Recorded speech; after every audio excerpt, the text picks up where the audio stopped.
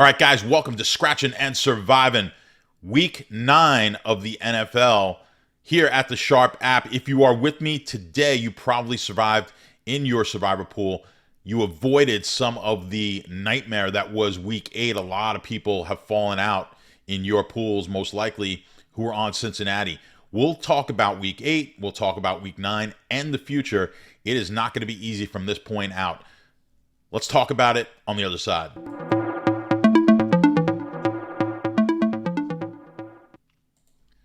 All right, guys. If you were able to navigate through week 8, you were probably listening to us. I like to take, I don't want to take all the credit. You guys obviously make the decisions. I don't even want to take some of the credit. Well, maybe we'll take a little bit of the credit because if you followed what we were talking about way back in week 7, where we wanted you to hopefully hold on to the Rams for the situation that would arise in week 8, where not a lot of people would be able to take the Rams. You'd be able to take them, especially this was really strategy for those of you who did not have many people left in your pool, where you'd be one of the few people on the Rams, or you'd have to move to a Kansas City, taking a team that was not going to be highly taken and leave everyone else Cincinnati and hope that Cincinnati lost. It's exactly what happened. Now, it's not that I was predicting Cincinnati was going to lose the game, but we're just trying to play this from a game theory standpoint.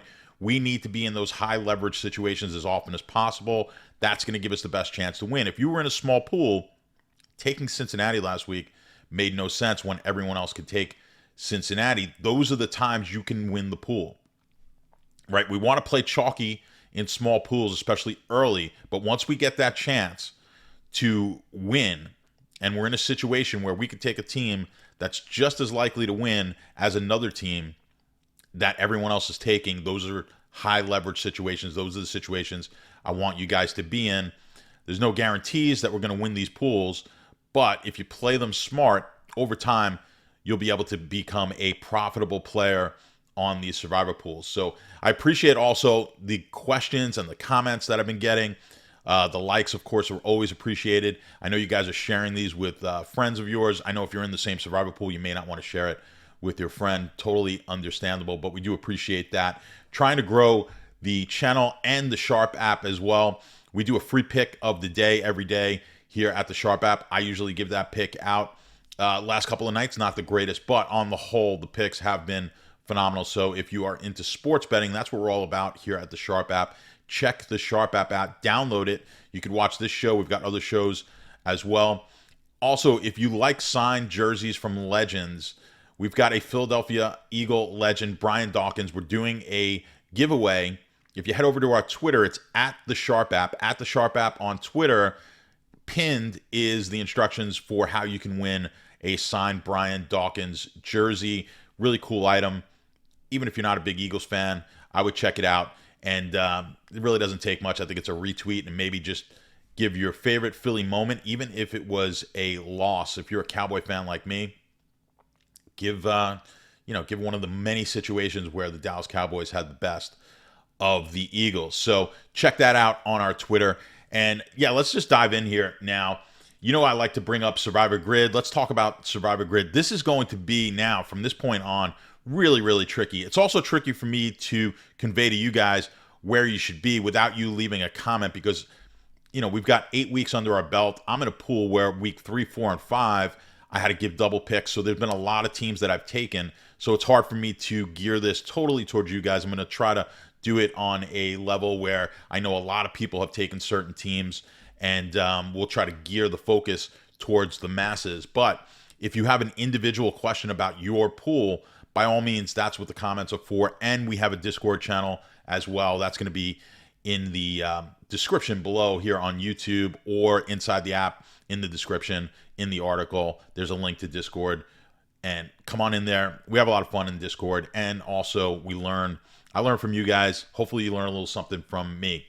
All right, enough of that. Let's dive into Survivor Grid and see what we've got on tap. If you have not looked at this yet, and you have not looked at the future dates, you're going to see what I'm talking about, how this is going to start to get tricky.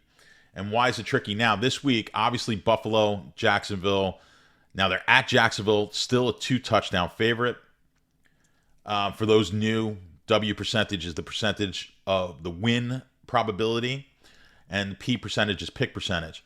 Oh, and by the way, one thing I did not mention, about an hour before taping this, Rodgers was ruled out this weekend with COVID. So that is going to change these numbers. This P percentage is going to change quite a bit. As you see, Kansas City was not being taken at all. That line is going to be somewhere around probably 7 to 8, may even go higher. When Rodgers was out, whatever it was, a couple of years ago, when Aaron Rodgers was out, that line, he was worth 10 points. Now, obviously, it takes two to tango here. It's dependent upon who the backup quarterback is, right? If your backup quarterback is whatever, let's name a starter in the NFL. Let's say Carson Wentz, a mediocre starting quarterback. He's still going to obviously he's not as good as Aaron Rodgers. That might be worth, let's say, 4 or 5 points, 6 points on the spread. The backups, I don't even remember who the backups were a couple years ago when Rodgers was out, but it was worth about 10. They actually started it at about 7 or 8. By the time they figured out where the line should be with these backups, it was around 10 or 11. It looks like now they're going to give 6 to 7 points here to the Packers, or they're going to lose 6 or 7 points on the line with Love as the quarterback. And if he plays well, that could drop. Of course, if he plays poorly, that number is going to rise. I think the 6 or 7 is actually a little bit low. We'll get into that more on in our Discord and when we talk sports betting. But the first lines that I've seen pop up are at 7 and 7.5. So let's keep that in mind here when we're analyzing. And that's the other thing about these pools. They change on the dime. We don't necessarily know what injuries are going to happen. In the world of COVID now, those things change dramatically. You lose a Rodgers, you lose a Mahomes, any one of these quarterbacks. So that's what makes it really difficult about saving teams, especially when you're in a small pool. We don't want to be looking too far out into the future in small pools, right? You lose a Dak Prescott. You lose, especially the quarterbacks. That's what we're looking at. When you don't have the quarterback, that's going to change the line more than anything else. The Ruggs tragic situation yesterday, Ruggs being out of the lineup is not going to change the Raiders line all that much. But of course, Aaron Rodgers out, that's a dramatic change. All right, let's dive back into the grid and see what we've got going. So Buffalo, biggest favorite on the board, but in all likelihood, you have not taken Buffalo. This is the advantage of having multiple picks. I'm in a pool where we started with 1,500 entries. It was double picks for weeks 3, 4, and 5. So we're down to 135 entries. I still have 4 of the 135 remaining, so I'm in decent shape there, better than I started. And in one of them, I can take Buffalo. Now, do I want to take Buffalo this week? That's something I'm really going to have to analyze closely because, as you can see, Buffalo in week 10 at the Jets. Week 11, home for Indianapolis, right? Week 13, they look pretty good with New England, although New England certainly playing a lot better. But there's a lot of weeks, 15 against Carolina. Again, let me go back to if you're in a small entry, if you have small amount of entries left, 20 entries, 15, 10. I think that pool that I've been mentioning in prior weeks that my brother's in is now down to 5 people, maybe 6 people. If you're in those type of pools looking out to week 15, I wouldn't do it. If you're in a large pool where like that pool, another pool that I'm in, I've got 15 entries left and there's about 1,300 entries in total left. I have to look out to week 18 because in all likelihood, even with the double picks coming, in that pool, I have a double pick to make this week. In week 9, we have double picks there. We're still in a high likelihood to get to week 18. I still have to take more chances in that pool. I don't want to take as many chances in a pool where I don't have that many entries. I can win it in this week. Just like there was a potential you could have won your pool last week playing it properly. Perhaps this week, similar situation. So there's a chance if you do have Buffalo left, look at what everyone's taken in your pool. If Buffalo is still, if you have Buffalo available and nobody else in your pool has Buffalo available, you almost have to take them this week in a small pool because that could be it. You can win your pool. If you're the only one who can take Buffalo, you can win the pool. Same thing with Indianapolis. There's going to be more people who do have Indianapolis available. So let's say you don't have Buffalo available, but you do have Indy, and maybe there's 10 people in the pool and 2 people could take Indianapolis. You'd be hard-pressed not to want to take Indianapolis. Let everyone get on Dallas and Miami, which is where the bulk of the people are going to wind up going if you're in that situation, right? So these are the numbers. It's telling you 22% of all pools are taking Indianapolis, but your pool may be different. You may have only 10 people in the pool and only 2 people can take the Colts, and you being one of them. Okay, maybe you're in a pool where 5 out of the 10 can take the Colts, and then you have to change your strategy perhaps. Maybe more people are going to take the Colts. Like I said, we get this far and this deep into these pools, and it's really going to be dependent on your pool. So that's why I said leave the comments. I'm happy to give you guys my opinion based on the rules and how many people are left and what you have left and what the field has left in your pool. All right, but let's look at Jacksonville quickly. Buffalo. They're at the Jags, at the Jets, 2 very winnable games. Home against the Colts. New England in Week 13. Week 15, they're home for Carolina, and then home for Atlanta in 17, and then Week 18, home for the Jets. You don't know if Week 18 is going to even matter at that point, but if it does for them, obviously a game they should win. But by the time we get to Week 15, there's going to be, even Week 13, it's going to be very unlikely that anyone has Buffalo left. If by chance you kept them in a large pool, the only way you would do this is in a pool with a lot of entries where you say, I'm going to take a shot. If I have a Buffalo, and I do in one of my pools, I do have a Buffalo entry available, but I think I'm going to exhaust it way before I get to Week 13.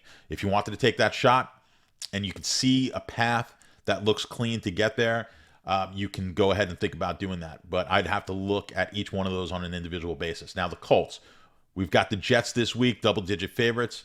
Some people are going to be a little bit scared. Jets coming off a win. They just knocked off Cincinnati in the same situation, except they were at home. Colts then, again, another should be easy game with Jacksonville, Week 10. And then we see Week 13, they're at Houston. That's pretty much all you want to take them, unless maybe Week 18 at Jacksonville, but at least looking at the future line doesn't look all that great, and we'll never know what's going to happen in Week 18, what we need, who needs to win, who doesn't need to win, so that's a long ways away. But in the immediate future, Indianapolis, either this week or next week, are going to be a popular play. Now, Dallas is a team, possibly the best team in the league right now, that most people have not taken. They've just had a really difficult schedule. If you look at the Dallas schedule, they've been all tough games. This is the easiest game they've had thus far, and so you can see 25% of pools, or 25% of entries in pools are taking Dallas against Denver. But when we look at Week 10, and let's do the analysis of Week 10 right now. Let's assume you've now taken Buffalo, you've taken Indianapolis, you've probably taken Arizona. Well, now in Week 10, Dallas against Atlanta becomes the game that you probably want to take, which means you can't take them here in Week 9. So that's why the Dallas is not getting nearly as much love as they probably would have if the following week was not so difficult and they didn't have such a winnable game in the following week. The other team that you could take in Week 10 is Pittsburgh, and we see that's a team that you could possibly take this week as well. That's why it's just getting really, really confusing and really difficult. It's what makes these pools fun, but they can make you pull your hair out trying to figure out who you're going to take. Now, I don't think there's a right answer here. There's usually not a right answer. There's always wrong answers. There's always teams that you shouldn't be taking, right? So if you're taking, Cleveland or something like that this week, I would say, all right, probably not my favorite choice in the world, taking an underdog. But you'll see people do it. I see people, 1, 2, 3 people get knocked out every week in the pool taking some wacky picks. But you let those people do that, they're dead money. Anyone telling you that, taking taking San Francisco this week is a good play doesn't know what they're talking about. I don't care if San Francisco wins. As I've shown you week in, week out, we can be contrarian without being crazy, right? Just doing what we did by taking the Rams in Week 7 let us have the contrarian Rams pick and avoid Cincinnati last week. That's all you're looking to do. No guarantees we're going to win. All right, so yeah, Week 10 is going to be difficult, and that makes Week 9 difficult. So if you take Dallas, you can't take them next week against Atlanta. This is where having multiple picks helps, because some of your picks you're going to want to take Dallas this week, and some you'll want to take Dallas next week. If you have one pick, tough decision to make. Here's the decision, basically. Do you like Dallas with 25% of your pool on them this week, And let's assume you can't take Indianapolis, you can't take Buffalo, and you can't take the Rams. So do you like Miami? Would you rather have Miami here this week? If you're going to pass on Dallas, you're taking either Miami or Chicago or Pittsburgh. So you're going to take Miami or Pittsburgh. Is that better? Here's the route. Let's say you're going to go Miami and then Dallas. Or do you go Dallas and then who would be your likely pick? Pittsburgh, right? That looks a little bit better to me, right? So if I took Dallas this week, I would have Pittsburgh next week against Detroit at home. Like, I like that route better than, let's say, Miami at home for Houston and then Dallas next week. So I kind of like that. I would lean that way if my options were limited, where I did not have Buffalo, I did not have Indianapolis, I could not take the Rams, and I'm limited here to Dallas, Miami, and Pittsburgh. You've also got New Orleans. I don't know if I love that either. A few people will be on it. But again, now if you're in larger pools, let's head over to, well, let's quickly just look at week 12, right? This is the week that everyone's dreading, and we do have to look at it because if we take Dallas, Dallas looks like the best bet come week 12, and I think people are looking at that, and it's keeping people off Dallas here in week 9 and 10. If I'm in a pool with not many entries, I might not even be that worried about week 12. But large pool, this week 12 is going to be an issue. Now, a lot of people might have Tampa available. Tampa's also been a team that you didn't necessarily have to take to get here. So Tampa would be an option. It's not the best option because week 11, they get the Giants. Baltimore potentially, but you're not going to fall in love with Baltimore or Cleveland. Look at these games. They're difficult. Buffalo at New Orleans, you probably can't take Buffalo. Cincinnati, you likely cannot take.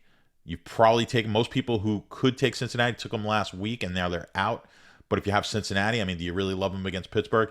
That week 12 is going to be extremely difficult. But again, we're going to have to hope that some sort of an injury shakes this up in week 12. I think I'm going to play it pretty chalky because everyone's going to be in a tough situation week 12. So I'm not going to hold Dallas for that Vegas game. That's just my opinion, especially in a small pool. So let's look now. If I bring up the spreadsheet's becoming, it's still nice to look at this spreadsheet, but it becomes a little bit more difficult to use the spreadsheet because I don't have programmed in here whether you've taken a team. So really what I want you to look is this column here that's going to tell us who the best team is based on the parameters that we put in, as you guys know, the future weight and whatnot. So I have it in at 15%, valuing the future for the future value of the team, future value of the weighting the future value, easy for me to say, of these teams. As you can see, Buffalo, obviously a ton of future value. They're the highest future value of these teams. Tampa also has a ton of future value, but they're off this week. So you're really, by taking Buffalo this week, you're foregoing a lot of future value. That said, we talked about it. Very few people could take Buffalo. So if you want to take that shot, it's going to be all about looking at your pool on the whole and saying, this is the week I want to take a shot with Buffalo. Let me just go back, actually. I want to look at this. Let's go back to the Survivor grid and Buffalo. Let's just assume you do have Buffalo left. If you have Buffalo left and you don't have Indianapolis, okay, let's assume you don't have Indy, you don't have the Rams, but you do have Buffalo left. Can you avoid taking Buffalo this week? It would probably have to go Dallas because if you're gonna play that strategy, I want to play it as safe as I possibly can, which means I have to take Dallas. If I do that, I don't mind this play at all. Saving Buffalo one more week, if you could get by with Dallas, because now you're going to have extreme leverage. A lot of people are taking Buffalo. There's going to be hardly anyone with Buffalo left. There's hardly anyone with them left now, but you're going to have hardly anyone with them left in week 10, right? Now, you're going to have a lot of people out of the Colts, a lot of people who would have already taken Dallas this week. So you're going to see the bulk of the people are going to be on Dallas next week. You are more than likely going to be the only one on Buffalo. I like getting us in that situation if you have Buffalo. Now I'm speaking to a very small amount of you out there, but if you're in that situation, I like that. I just want to hopefully just kind of help you guys think these through. Think a couple. This is like chess. Let's think a few steps ahead here, and we don't have to look to week 18, but we could look just next week. What does making this move do for me next week? And not taking, but even though you have Buffalo in your back pocket, not taking them this week could actually put you in a really good situation, a better situation. Where am I going to get the most leverage? Taking them this week or taking them next? This looks like a week where I could get away with Dallas. Dallas at home against Denver should win that game. If I can get away with that and then be the only one, let a couple of other people take Buffalo, knock them out of taking Buffalo. And now week 10, I'm sitting there with a shot to win a pool, right? We're talking about getting down when you're with a move like this. If you're 100, 150 people in a pool, let's just talk about my pool, 135 people. I do have one Buffalo entry left. If I forego that Buffalo entry, I believe 14 people, something like that, can take Buffalo, right? So if I have 14 people left out of 135 can take Buffalo, let's just assume we're probably going to get at least 10 of them take Buffalo. If that happens, there's going to be 4 of us left to take Buffalo the following week. And let's assume out of the 135, just about everyone moves on to next week. If we catch Dallas with a loss next week or one of these other big games, the Colts are going to not have a lot of people won't have a lot of ability to take the Colts. If they don't take Dallas, we know there's not that many other options they could take. Let's look at it, right? If they don't take Dallas this week and they forego Dallas next week because they're looking ahead to week 12, this is why I want to take Dallas in one of these next 2 weeks. I'm not worried about week 12 right now. If you're in a pool like that, 135 people like I am, and I could pass on Buffalo, I like that play where in week 10 I can now take them and I might be the only one, if not maybe 2 or 3 people who can take Buffalo come week 10. That would be a huge advantage. Think about having, again, it's almost a carbon copy of what we did with the Rams and Cincinnati, because I'm going to get the biggest favorite on the board that's untaken.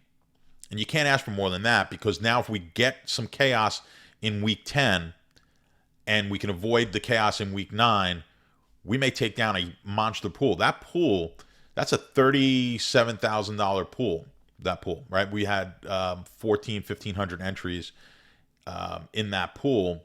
And, you've got to take some chances. They don't just give that money away. So there's a good chance that playing that strategy gets you down to, I might have, because I've got other entries who are going to play it with the other entries, I'm going to play it a little bit more straight, assuming 1 or 2, maybe all 3 of the other entries get knocked out. If I could give myself a 1 in 20, 1 in 25 shot, I mean, that's all you could really ask for. And then you're going to kind of play it straight up, looking for those high leverage situations from that point out. But if you could start a pool with 1,500 people and get yourself down to be 1 of 20, 1 of 25, that's really what we're going for. Now, if you started a pool with 25 people and you were 1 of the 25, we talked about how you're going to play that differently. But winning these big pools, this is how we potentially can do it. So, difficult week. Hopefully you guys get some ideas. Really what I want to put across to you guys is just how to think these through. And I think it through with you guys while I'm doing it. I mean, I look at it before we get on the air here, but just that whole thinking that Dallas play through and Buffalo this week and saving Buffalo, I'm kind of coming up with that on the fly. And then I'll think about this once I go off the air and kind of sleep on it. But remember as well, this whole Aaron Rodgers thing is going to throw a little bit of a monkey wrench. It's actually a good thing for us even if you've taken Kansas City last week, which a lot of you did, to get to this week. I mean, well, it might not be the greatest thing because it is giving people another option here who were able to get by without Kansas City. But I think it's still going to work out for us well. So if you can take Buffalo, I would perhaps save them. I think that's the pro play that we're looking at. But there's a lot of options and a lot of different pools out there. So as always, leave your comments below. I'm happy to answer them. Try to get to them as quickly as I possibly can. Put as much detail in there as possible as to who you've taken, how many entries are left, things of that sort. So again, hopefully this is a little bit better than the average Survivor podcast, ESPN, guys who just look at it and they go, yeah, take Buffalo, not realizing that, well, most people have taken Buffalo or take the Colts, not realizing it. And there's no thought put into actually trying to get you in a high leverage situation. So with that said, that is going to be it for week 9, the looking ahead on Scratchin and Survivn. Download the Sharp app and be on the lookout for the free bets of the day. Watch tonight, Gargano and the Geek. Also, Twitter. Remember, at the Sharp app on Twitter. Get yourself into the contest for that Brian Dawkins jersey. All right, guys, I will see you hopefully next week. Unscathed, surviving. See you next time.